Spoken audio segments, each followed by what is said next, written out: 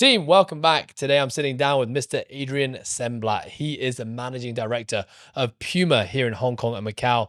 And this guy has some inside scoop on what's been happening in the running world, Puma's involvement with Hyrox, the future of running.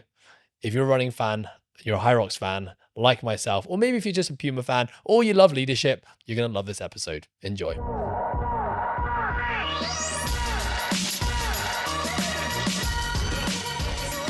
Adrien Semblat, welcome to the Process Podcast. Thank you, Ed. How are you doing today? Very good. Why are you very good today? I'm in a good mood. I'm excited to do a podcast with you. I listened to your podcast with Elliot Frodeveau, and I think you're really sharp, asking good questions. So, curious. Does that make you nervous? Does that make you excited? A little bit also, yeah. Well, we first met not that long ago, actually. Puma reached out to the Coastal Fitness team and basically said, "Hey, you guys are doing some cool stuff. We're doing some really cool stuff. Let's do some work together." And then you and I had a chat, and as soon as we sat down, and I had the pleasure of meeting you and hearing about all the things you're doing at Puma and just the way that you were speaking about the brand, I knew straight away that I'm going to get him on the podcast one day. And so we're basically going through this series right now where we're talking all about running, the rise of running, because running has been a massive thing. And actually the work that we did together with Coastal Fitness and Puma was specifically around running. And you guys supported us for one of our Hyrox events here, and it was super cool. Decked everyone out in the new nitros. The community loved it. And so, I'm super excited for this conversation today. So I think to start, introduction. Firstly, I'm going to try and get this right. You are managing director of Puma, specifically in the Hong Kong Macau region. That's right. Tell me, Adrien, who are you and what do you do? So my name is Adrien. I've been living in Hong Kong for the past 6 years. I have a wife, Isabel. She's from the Philippines, and I have 3 young kids, 7 years old, 4, and a baby girl, 2 years old. So 2 boys and 1 girl. I'm from France. I grew up in France, studied in France, started working for my professional career with Adidas in France. A couple of years later, I moved from Adidas France to Adidas Philippines. 2008, I arrived in the Philippines, where I eventually spent 10 years of my life, and only then I moved to Hong Kong. So my professional career was about working for Adidas and Puma mainly. I spent 18 years at Adidas, 2 years at Puma, across different countries. So France, Philippines, a bit of Southeast Asia, Hong Kong today. That's for my career. More on a personal side, I think sports is what drives me in life. I take a lot of value from sports. I started early, did a bit of everything, every sport. My main sports, I would say, was football, soccer, which involves a lot of running, obviously. But I would say I've always been doing running on the side of other sports. So football mainly, but triathlon, track and field, and more recently, more into road running and trail running races. And the chance I have is I'm today working for a sports company. That was my dream, my objective. Actually, no, I wanted to be a football professional player in the first place. It didn't happen, or almost. We can talk about it later. But I ended up working for the best sports company in the world, and this is the reason why I feel I'm at the right place today. What is your role as a managing director? What does that entail? So I'm overseeing the overall business of the Puma brand at the moment in a specific territory, meaning I'm in charge of driving the net sales, the profitability of the company. I'm in charge of developing the image of the brand, and obviously we do that as a team together. With our headquarters being in Kai Tak here in Hong Kong. And when you were, you said you were studying, the dream was to be a professional footballer. You ended up working for Adidas. Did you ever envision having a specific skill set? Were you working towards developing a specific skill set that would allow you to work for big sporting companies?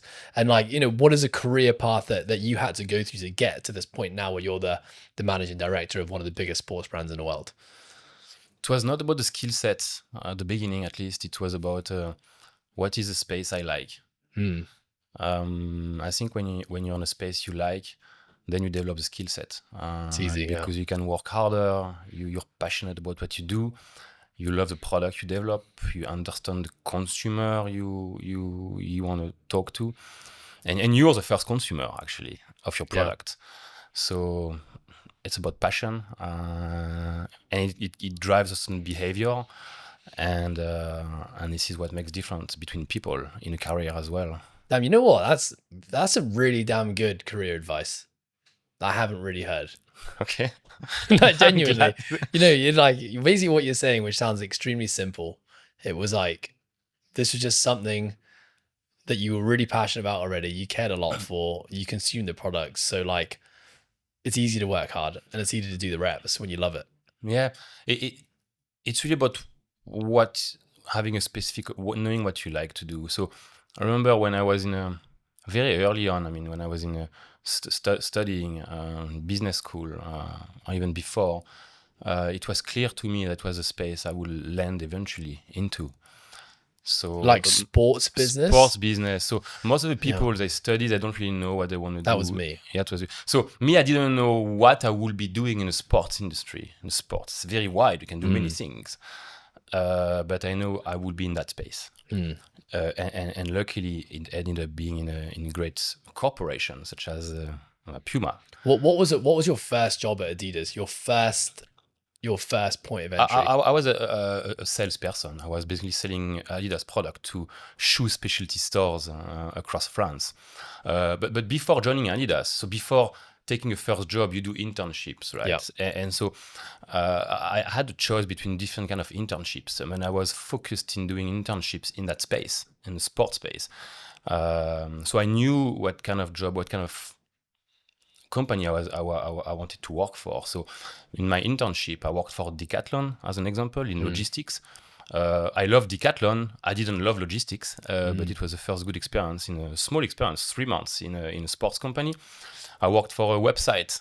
It was a long time ago. The website were not what it is today, but a small website where I learned about not e-commerce, but when I learned about everything online, advertising online. I didn't love that internship, but again, it was in the sports industry and I learned stuff. So by doing those internship in sports, in different functions, I could basically tell what I like to do in terms of functions. And I could also build my experience in the sports business. And of course, in parallel to this, it was about doing sports, right? Every other days.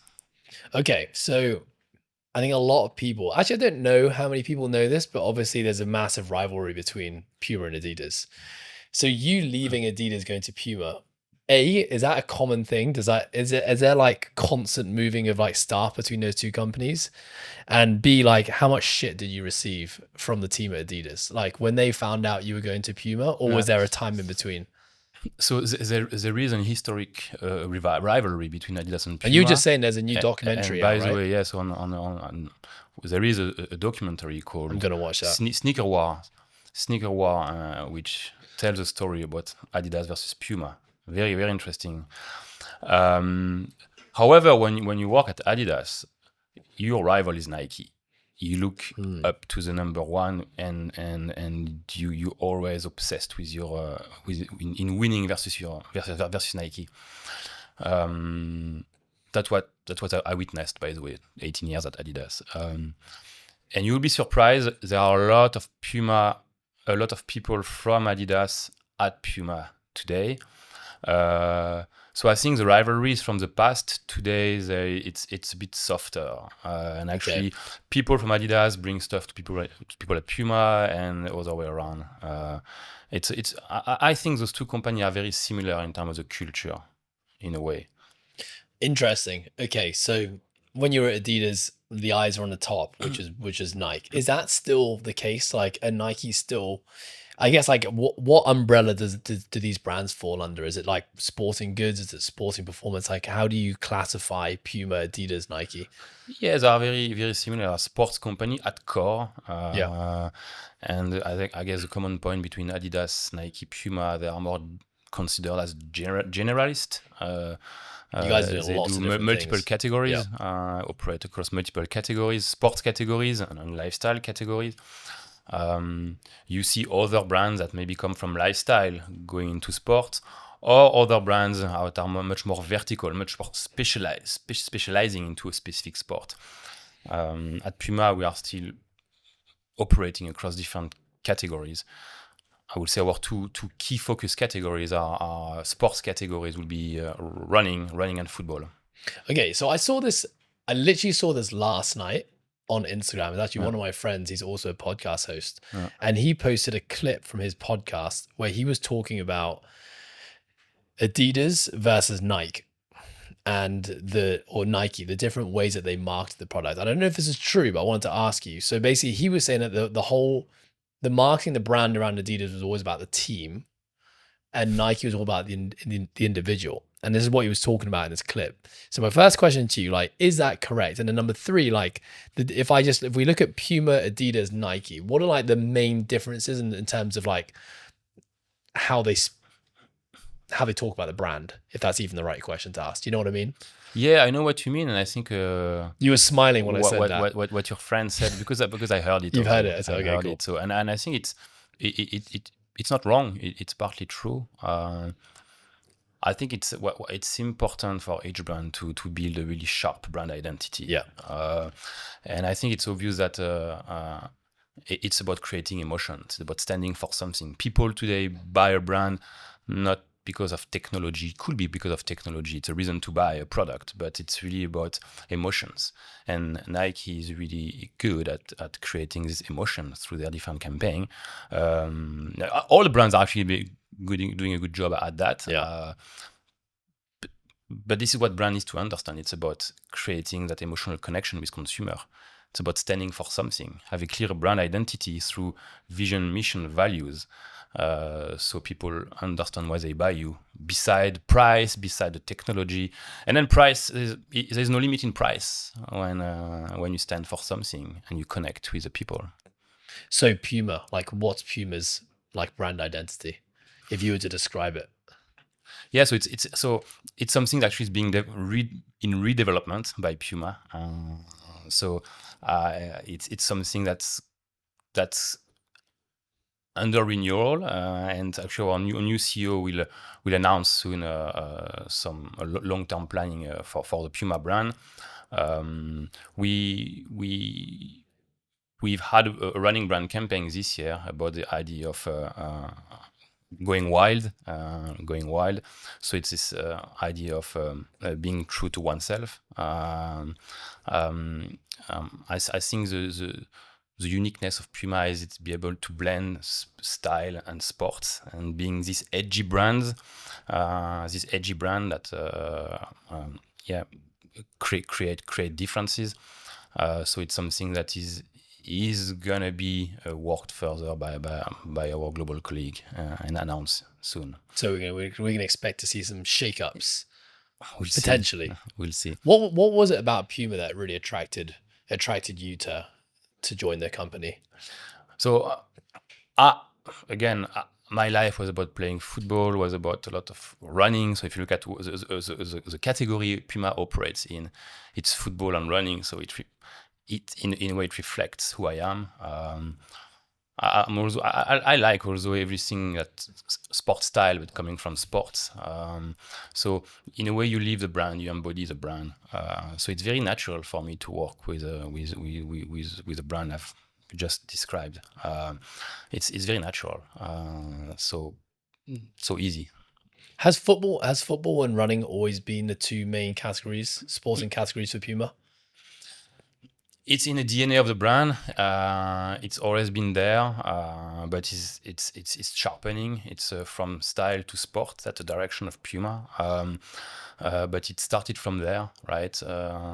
Many years ago, in the 50s, the Dassler brothers, were two brothers who were together at the beginning, who split. One founded Adidas and continued with Adidas. The other one founded Adidas with his brother, but then for some reason they split and started the Puma company.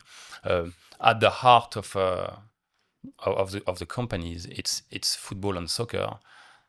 They started basically putting cleats under the football shoes for a better grip on the grass. And a track and field they started to put some cleats on the track and field shoe spikes. Sorry, for to be faster on the track.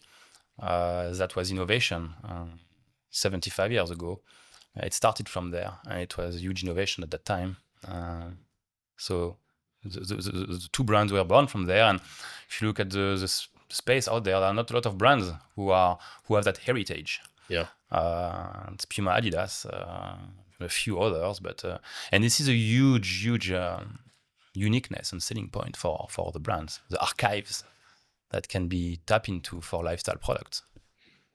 Running, how's that evolved recently? I feel like right now, running is everywhere. And for me, and I haven't done the research and the statistics, I don't have the data to support this, but I feel like the pandemic was a massive influence. Gyms were closed. Everyone, the only way you could really exercise was get out, and you don't need a gym. And then there was this massive rise in running.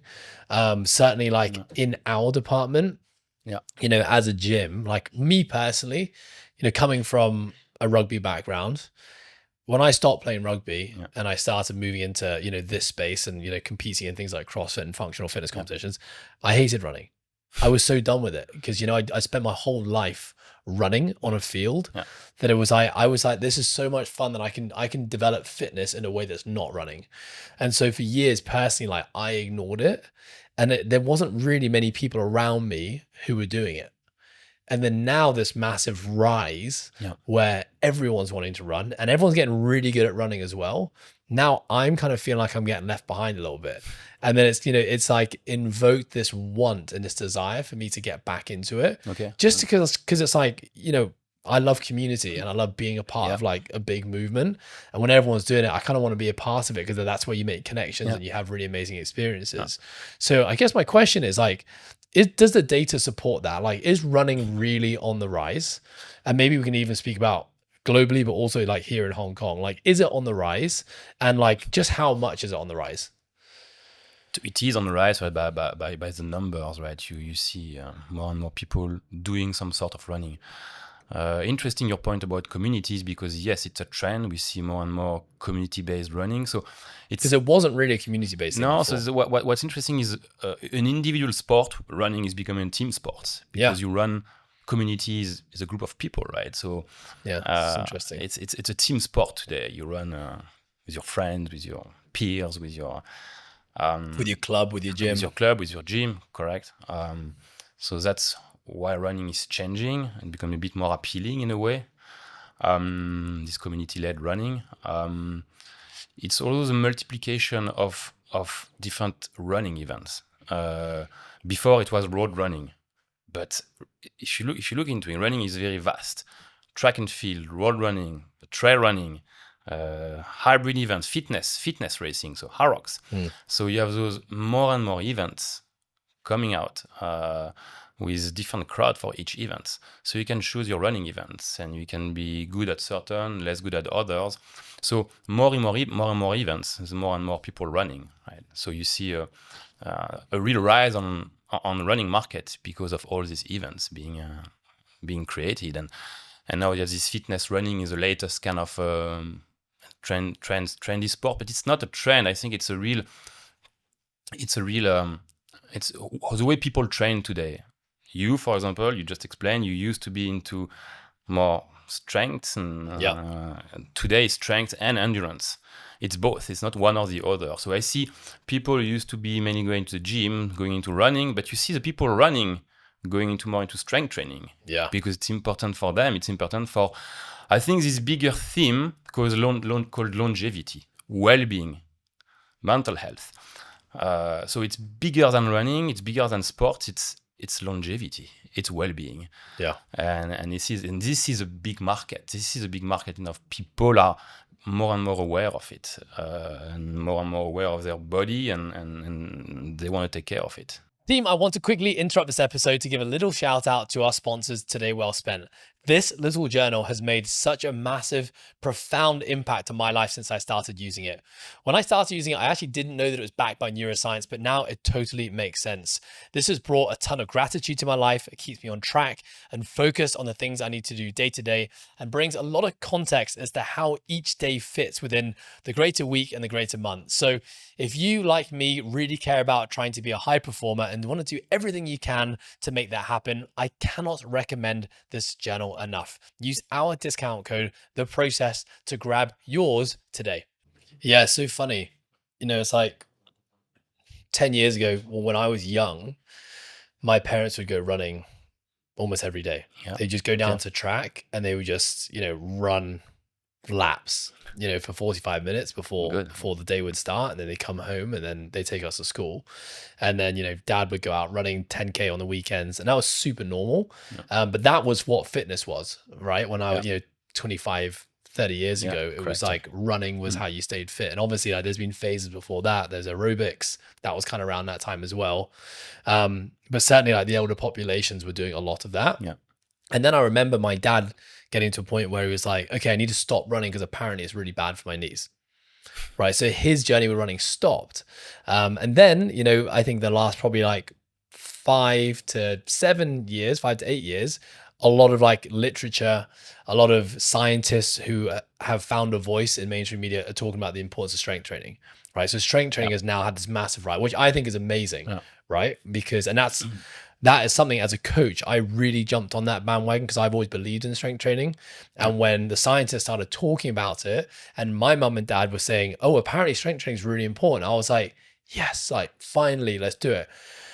And actually that started to bias my own coaching practice. What I was telling especially my elderly clients, in the 50s beyond, I was really advocating strength training, but I was advocating strength training over endurance training. I probably had a 90% bias towards strength and a 10%. And that might be in reflection of myself, because I was like, I'm done with running. I don't want to do it anymore. But also a lot of the science I was reading was about bone density, about fall prevention, and, all the other amazing things that come with strength training. And then I think the name that jumps to my head is like Peter Attia. Yes. Peter Attia, super smart guy. He, is big into ultra endurance stuff himself. So like you don't see, back in the day, there weren't fit scientists.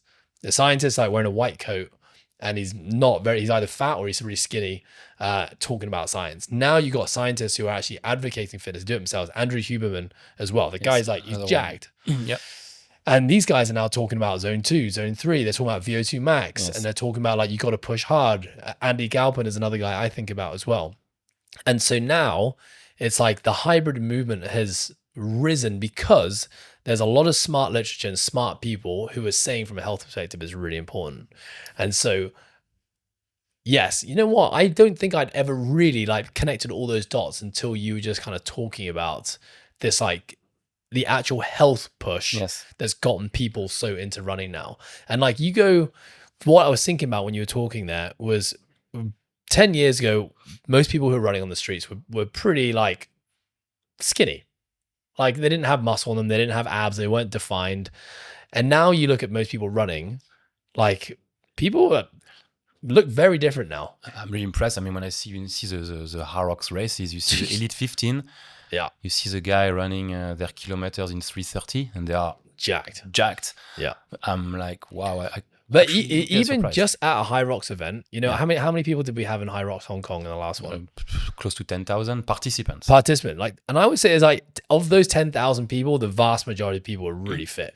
Like if you just stand there and you watch any race at any time, whether it's a relay, the doubles or the singles or the pro, like people are pretty damn fit. It's pretty damn crazy. It's almost intimidating. It is like I see it. I'm like, holy shit! Like Hong Kong, like, the body type is changing so much. Sorry, side tangent, but yeah, continue what you were talking about. No, sorry. I was just going back to Hyrox. It's actually interesting to see those athletes who can actually be really good runner and really strong, very, very strong in fitness, right? it's impressive. It's inspiring, and I think so. Recently, I think I kind of like doing this training, which is training both for Hyrox and trail, ultra trail, because I think it complement each other, and it's good for the body at the end, and you feel good and you feel more comfortable.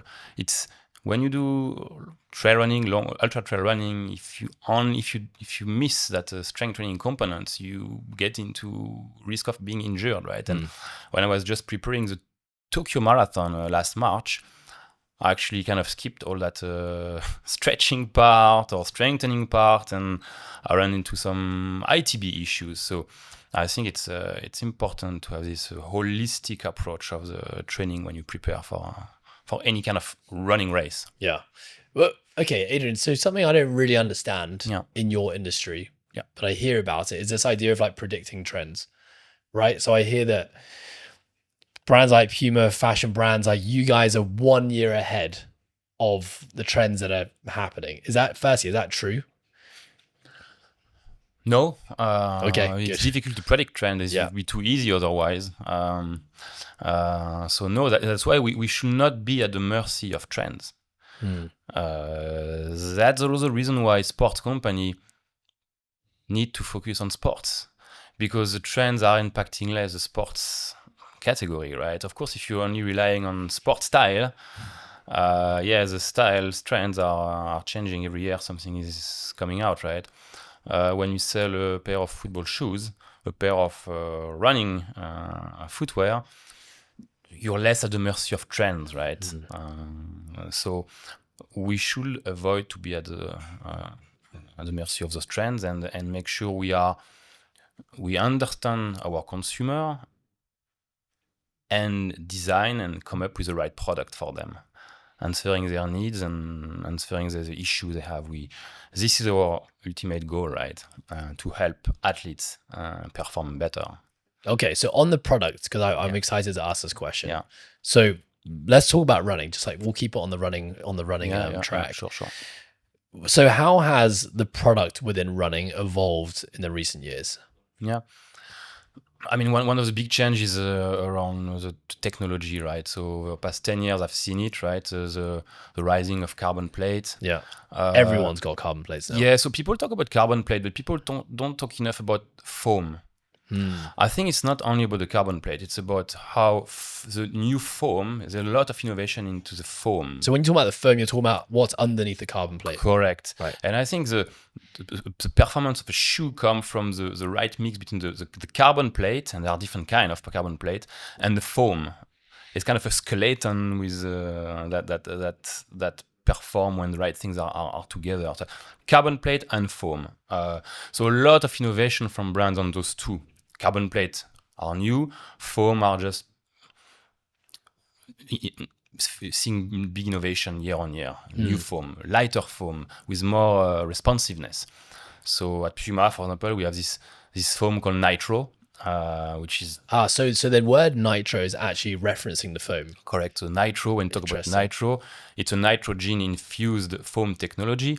And again, we have different level of nitro technology, but those are light and with a great energy return. And it's a game changing, and we have one of the best foam. I mean, we are competing with all the best brands out there. Each brand has its own foam, its own carbon plate, and this is where there's a lot of change from a technology point of view with the footwear over the past 5 to 10 years. So that was a big change in the running industry. Another change, we kind of talked about it a little bit, was about those new events, a lot of new running events, those hybrid events. There's a lot of more and more events and more different kind of running events. And this is only the beginning. We will probably see a new Hyrox coming out, a new kind of Hyrox in the future.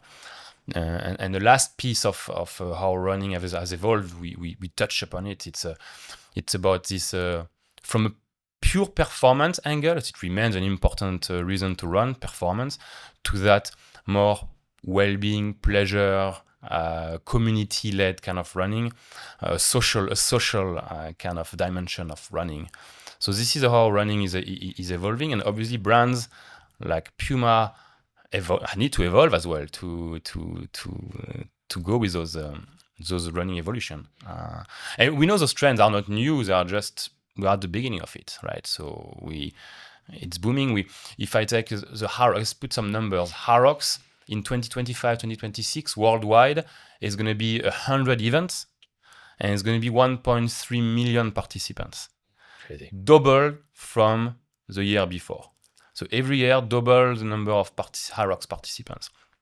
By 2030, we should see more than 3 million participants of Hyrox events. It's much more than marathon participation. What is marathon participation? So I think from the latest number, in 2026, in terms of marathon finishers, we're talking 1.3, 1.4 million worldwide. And Hyrox will be the same. So wow, that's crazy. It's just that all the way to 2030, we'll see marathons growth plus 5 to 6% per year, low single-digit growth rate per year. But Hyrox will continue to grow much faster. So it's a new sport, a new category, and brands need to be aware of it to create a product for it. And luckily, we are at Puma the global partner of Hyrox, so we have the exclusivity and the credibility to develop apparel and accessories and footwear for Hyrox. Okay, well, I wanted to stay on the track of like the technology with the shoes, but then you just got me very interested in Hyrox. Now, in fact, okay, we're going to pause Hyrox for a second. We'll come back to it. Sure. So, genuine question. So, I've got the Nitros. Have I got Nitro 4? Is that what it's called, right? Yeah, you have the Deviate Nitro model, Deviate, yeah. Deviate, which I love. Like it feels like I'm running on a cloud, and I genuinely feel like propulsion when I'm running. Yeah. Which at first I'm like, I feel like this is just cheating. That's genuinely what I felt. I was like, this is making running so much easier. But because I have no idea how this works. Like how different is the technology on the technology standpoint? How different are, Adidas's top running shoe versus Puma's top running shoe versus Nike's top running shoe? And like, how are you, surely like within a day of releasing it, like someone's copying, and how are you not copying? Or is there patents and trademarks, and how much difference is there? Well, there is at a certain point of time a brand that brings an innovation. Usually other brands quickly follow. So they pull away for a little bit, and then everyone kind of catches up. Usually that's the way it works, and so you see today all top running brands will have different kind of foam technology, but all high performing. Different kind of carbon plate, same all high performing. So at the end, it's about finding the right shoe for you. But I go back to the emotional connections. Yeah, it's not about only just about the shoe, technology. It's what does the brand stand for, and does it reflect my values and who I want to be. That's what brand needs to take into account. Where do you think, like, how crazy a running shoe is going to get? Like, because carbon plates, when they first came out, that was already kind of crazy. Yeah. Like, that was a massive advancement. But like, where do you see the running shoe going in like 10, 20 years? I don't know, the future of running shoes. Or are we just going to stop wearing shoes? So I think there is a race about the weight of the shoe. Because at the end of the day, we talk about carbon plate foam, but the lighter, the better. Yeah. So when you have the lightest shoe, you have it's like air. Every grams count when you do a 42K, and especially for elite athlete, right? True. So I think there's this race of the lightest shoe. Who's got the lightest shoe in the market right now? I don't know the exact data, but I think it's a close fight between Puma Fast R 3 just launched recently, so 170 grams. I know the Adidas Adios Pro is light as well. and the ASICS Metaspeed Sky is very light as well. So so it's very light pretty shoe tight at the anyway, top, pretty tight race. So I think it's a race for footwear. It's about the weight is very important. And on apparel, I think there is sometimes we don't talk enough about technology for apparel. Yeah, I'd love to talk about And I actually. think there is an important. So we think about global warming. It's getting hotter and hotter worldwide. In Hong Kong, we experience heat and humidity. Yeah, it's brutal. Too many months of the year. That's the only reason I didn't break 1 hour on my Hyrox. Yeah. I'm just kidding. One of the reasons. Yeah. No, so I think developing, again, you can run without any shirts. That's what we do right here. But again, apparel technology to allow body to cool. I think there is a lot to do for brands here, and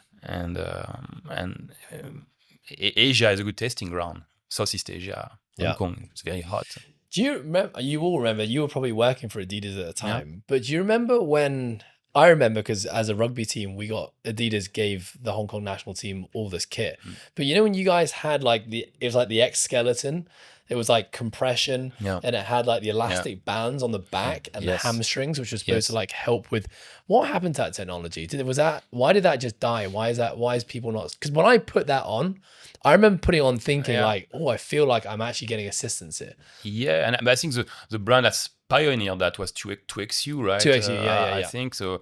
Again, a brand innovate, and then others they follow. And actually, I think every brand they have their own like those compressing apparel technologies, right? So, but it was like they had. I remember power tape.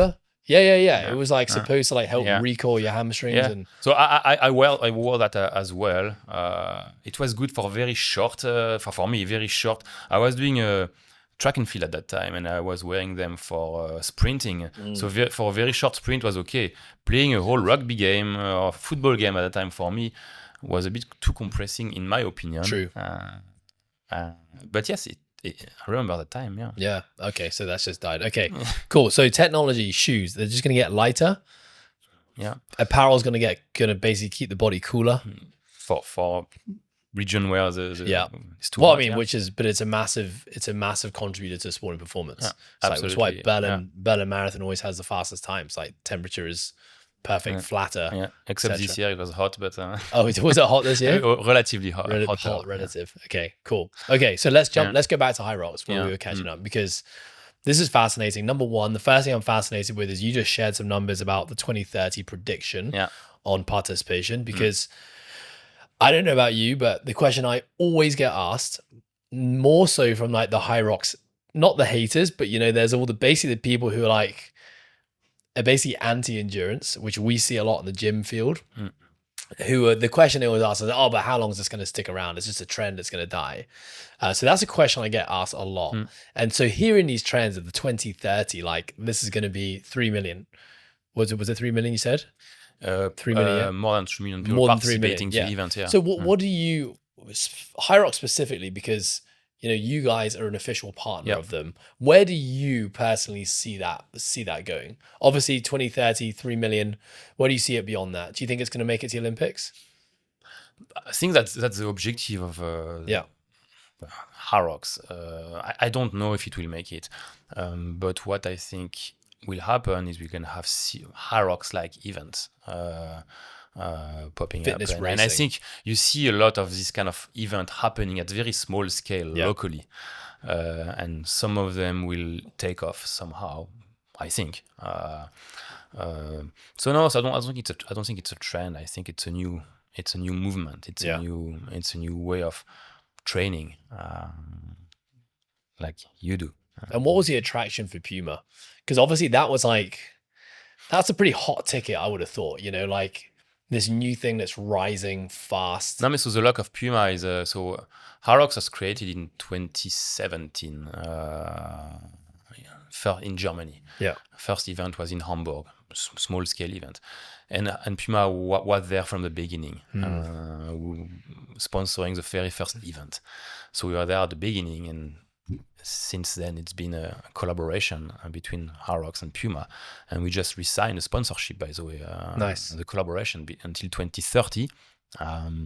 So it's a close collaboration. It's working well, and the chance we were there at the beginning. And working with someone like Hyrox, like, are they guiding the growth here? Are you guys involved in that growth journey? Are you guys contributing ideas? Like, how does this partnership work?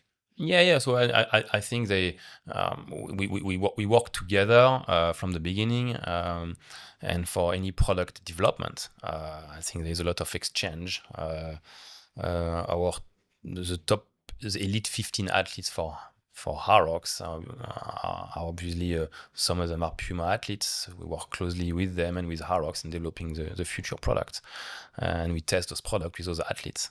So a lot of cool development in the pipe for the Hyrox athletes in the future, coming soon. And what about like products in Hyrox? Like, because I think right now a lot of Hyroxes are basically using the best running shoe, but obviously Hyrox is not entirely just a running based event. Yep. So are you guys innovating in that space? There will be. It's very confidential, but there will be changes, evolution to that. So currently, yes, road running shoes are being used for Hyrox, but the shoe you have, the Deviate, Puma Deviate, is actually the perfect compromise for Hyrox. It's a road running shoe, but gives you the right stability to perform in a Hyrox event. So it's the right compromise. And what about you? You've been doing some Hyrox recently. Yeah. How's that journey been? Good. So I think Hyrox is a very accessible sport. That's why it's going to continue to grow. You can do it alone, single. You can do it and double, which I think is the best, by the way, because sharing your journey and your race with a partner is the best, or with your wife. I did it with my wife. And you can do it in a relay of 4. So you don't need to be in extraordinary shape to do Hyrox. And it's interesting because you have a progression. So you can start with a relay, go to the double, and go to the single. And you see people doing relay, double, and single in the same weekend. That's right? Nuts. I don't know how people do that. So again, I like it a lot. I do the Hyrox event in Hong Kong. I'm doing the Seoul event in November with a friend of mine. We'll try the double pro division this time, and maybe qualify for the World Championships. That's the objective. We'll see. Yeah, you're no slouch. I saw your post. I think you and your mate were just over an hour. Brent, and getting close to that hour mark is a massive achievement. Yeah, we 102. My friend is very, very strong, but he's never done a Hyrox in his life. He's never trained for a Hyrox. Wow. What was your average K split? Running, we were at 4:19 per kilometer. That's pretty impressive for someone. The guy's never done. He's more of a strength bias athlete. Yeah, he was. Yeah, that makes me feel pathetic. Yeah. And you see yourself, you're going to keep on doing this? Yeah, we'll see. Well, but yeah, I like it. It's fun. Yeah. I feel like you guys collaborate a lot. I mean, I can only speak on behalf of ourselves, that we have this cool collaboration, and I'm sure we're going to continue to do more things in the future. And it's actually really cool that you're doing some training with us now as well, with your wife, which is awesome. But how important is like collaborating with local brands? Is that something that you guys specifically try and focus on? And why is that powerful? So I think collaborating, working closely with communities, local team, is essential. Today it's very difficult for a brand just to have a top-down message from a global to Hong Kong. We need to embrace that the global message from the brand, but make it very relevant locally for us to be authentic, right? So working with you guys, with DOP, with Shelter, with different training group, running group, running teams, football team, and you talk about football, is very important to connect. You can never lose sight of your core consumer, athletes, casual runner, community, because they are the one you connect with. So the thing is, trend will evolve, technology will change as well in the future. but emotional connections with your local community will always be the most important. So we cannot lose ground of that. And I think we need to understand the athletes and communities and listen to their feedback and constantly adapt. So I think it's essential to collaborate locally with you guys. And is that something? Has that always been at the core of running a mass? I mean, I run a small business that's really just here. We have an online business as well, but so I don't have any reference point of thinking when a brand gets as big as Puma, like global, and how many millions of sales you're doing, and HQ is over in Germany, and you're an arm of the business. But has local collaborations always been like an essential part of growing a business like Puma, or is that something is there any trends that's changing more recently that's making that even more important? I think this is more and more important, but this is happening also with the rise of those communities, right? And I think those communities also have a point of view, have creativity to creativity in the way they train or in the way they talk about their training. So I think we need to be part of the discussion, part of the game. Otherwise, the idea from a brand point of view to create mental availability, be in the mind of people.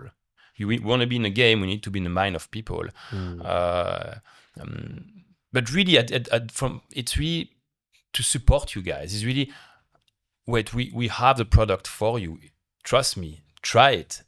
It's great. You're gonna like it, and this is who we are. By the way, let me tell you who we are, and let's work together if it fits your values. So it's leading with intention, leading with authenticity. That's why when we met a couple of months ago, I was very transparent with who we are, what we want to achieve.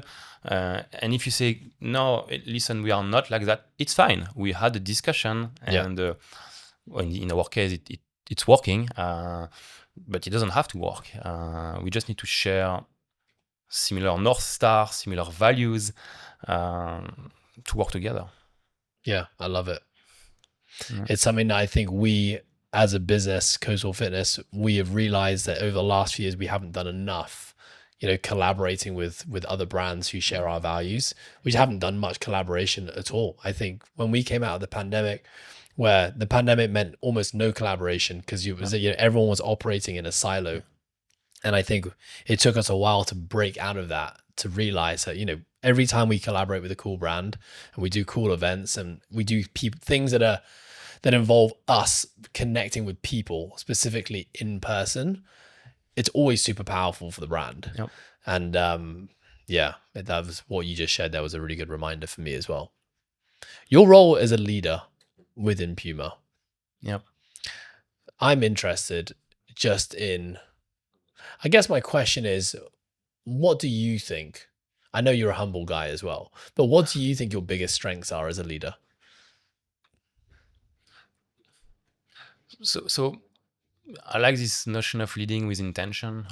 So I think having it's a why. It's a question of the why. Why do we do things, right?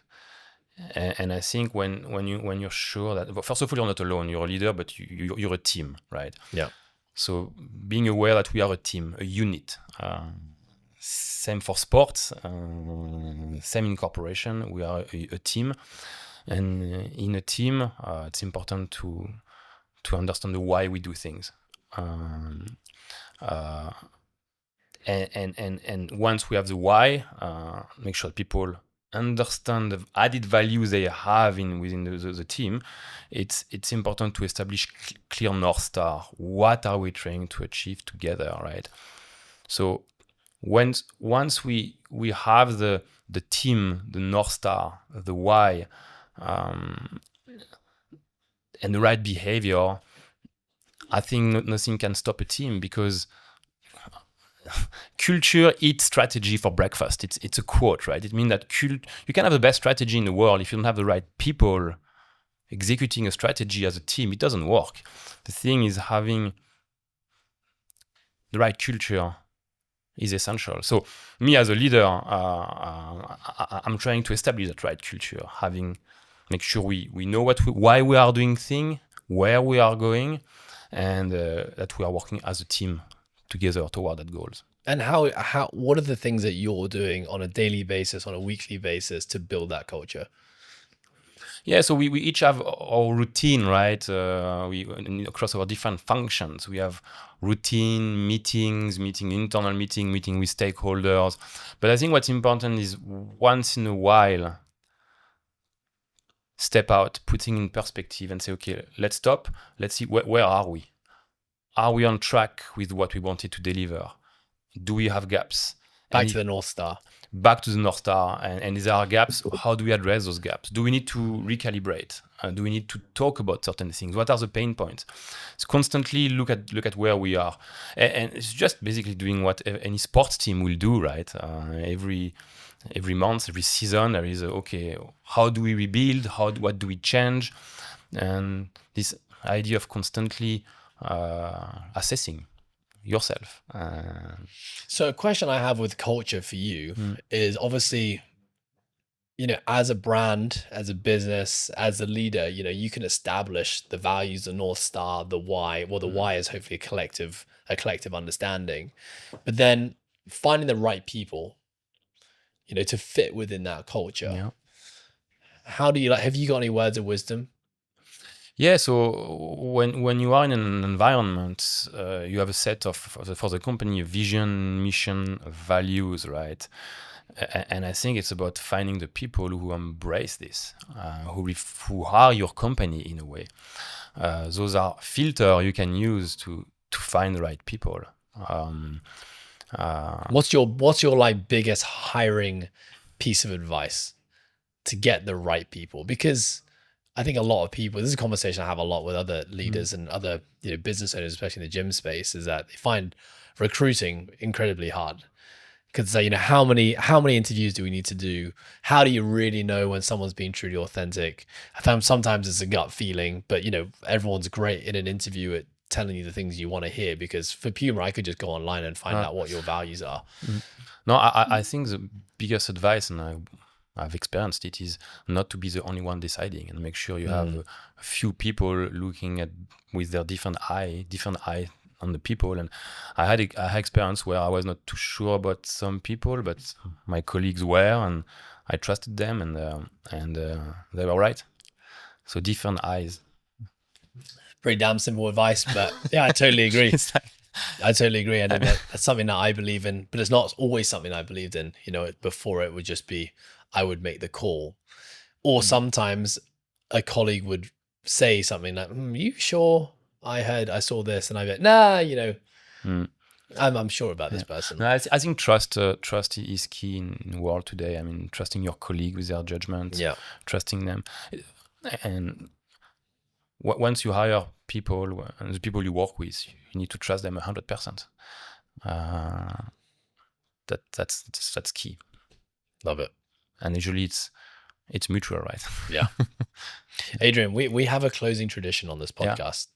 The closing tradition is we ask our guests a question, and that question is, what is a quote or a mantra that resonates with you right now? So my quote is basically very simple, and I forgot the author of it. It's not me. It's success comes from self-confidence, and self-confidence. A key pillar of self-confidence is preparation. It's what guides me, and it goes back to basically, you need to be ready, you need to be prepared, you need to train for something. Things don't just happen. You need to be ready and prepared whatever you do. It could be at work, be ready for a business meeting. It could be for a sporting events. When you go on the starting line of a running race and you had a good preparation at the back, trust me, you're self-confident and you're going to be successful. So to me, that's what's guiding me, and I know I need that. I believe in this. I need to be prepared to be successful. Love it. And self-confident. Yeah. I love it. Thank you for sharing. Adrien, this has been a great conversation. It's really cool to sit down with someone who's working like behind the front line, I think, in Yeah. a way, you know, who's like involved in the brands that we're all buying and purchasing. I know I have a lot of questions just because I just get to see a cool product and I get to put it on my shoe, or I put it on my body and I just use it. But knowing like what goes into making these things, is really cool. So thank you for sharing so thank much. you, Ed. And yeah, and you know, we love working with you guys here at Coastal Fitness. Where can people, obviously, I think people know where they can find out about Puma, but where can they find out about you, Adrien? I'm not sure how they can find about me. They can go in Happy Valley at night when I run sometime in Happy Valley on a Tuesday night. I love it. All right, so you got any stalkers out there that want to go, you know, watch Adrien run Happy Valley in the evening time? It's a good place to find him. How about connecting with you online? Can people get in touch with you in any way? Yes, of course. So I have social media, and I can always connect through social media. Good point. Instagram. But they can also meet you in Happy Valley. LinkedIn, type my name and you find me. Awesome. And happy to help. Adrien, you're a legend. Thank you so much Thank for your you, time. Ed. It was a pleasure. Avec plaisir. Avec plaisir. Before we say goodbye, here's one crazy statistic for you. Did you know that almost 40% of people who listen to the show don't actually subscribe to it? Now, I didn't think that was a big deal until I actually learned about the power of hitting subscribe. For you, the listener, you get to stay up to date when we drop episodes on a weekly basis. But for us as a podcast, it really helps our visibility and helps us attract great brands and great listeners to help grow this podcast. So if you enjoyed this episode or you're a big fan of the show, please do us a massive favor and hit subscribe. Thank you so much.